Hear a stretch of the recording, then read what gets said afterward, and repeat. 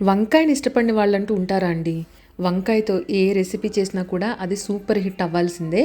And ఈ వెజిటేబుల్‌ని మనము ఎన్ని రకాలుగైనా వండుకోవచ్చు. ఈరోజు మన స్పెషల్ వచ్చేసి వంకాయ వేపుడు. అద్దిరిపోతుందండి. పప్పు, చారు, రసము ఇలాంటి కాంబినేషన్స్‌లోకైనా బావుంటుంది. లేదంటే కర్రీ వండి బోర్ కొట్టిన వాళ్ళు ఒక్కసారి ఇలా ఫ్రై చేసుకొని అన్నంలో కలుపుకొని తినండి. అద్దిరిపోతుందనమాట. ఇంకా ప్రత్యేకంగా ఎలాంటి చారు గానీ, రసం గానీ అవసరం లేదు. చూసారు కదా! చూడటానికి ఎంత బావుందో, తినటానికి అంతే బావుంటుంది. కొత్తగా చూసేవాళ్ళు మన ఛానల్‌ని సబ్స్క్రైబ్ చేసుకోవడం మర్చిపోవద్దు. ఆయిల్‌లో ఆవాలు, జీలకర్ర వేసి ఇవి చిటపటలాడిన తర్వాత కాస్త పచ్చిశనగపప్పు వేసి, తర్వాత ఒక పెద్ద ఆనియన్‌ని, కాస్త కరివేపాకు, అలాగే ఎండుమిరపకాయలు ఇవన్నీ వేసుకొని, ఉప్పు, పసుపు కూడా వేసుకొని బాగా మగ్గించుకోవాలి.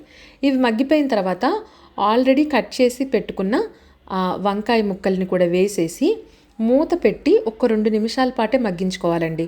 2 నిమిషాల పాటు మీడియం ఫ్లేమ్‌లో మగ్గించుకున్న తర్వాత మూత తీసేసి ఇంకా మిగతా ప్రాసెస్ అంతా కూడా ఇలాగా మూత పెట్టకుండానే కుక్ చేయాలి. సో, ఈ విధంగా మీడియం ఫ్లేమ్‌లోనే వంకాయలన్నీ బాగా మగ్గిపోయేలాగా మగ్గించుకోవాలి. మగ్గిన తర్వాత దీంట్లో మసాలాలొచ్చేసి నేను సాంబార్ పౌడర్‌ని యూజ్ చేస్తున్నా. 2 టేబుల్ స్పూన్స్ సాంబార్ పౌడరు, అలాగే కాస్త జీలకర్ర పొడి, కొంచెం మిరియాల పొడి, రుచికి సరిపడా సాల్ట్ ఇవన్నీ వేసేసి స్టవ్ అనేది ఎక్కువసేపు ఆన్‌లో ఉండకూడదు. ఈ మసాలాలన్నీ వేసిన తర్వాత 2 నిమిషాల పాటు జస్ట్ అలా కలుపుకుంటే సరిపోతుంది. ఎందుకంటే ఆ ఆవిరికే ఈ మసాలాలన్నీ కూడా చక్కగా కుక్ అయిపోతాయి. ఓకేనా? చూసారు కదా!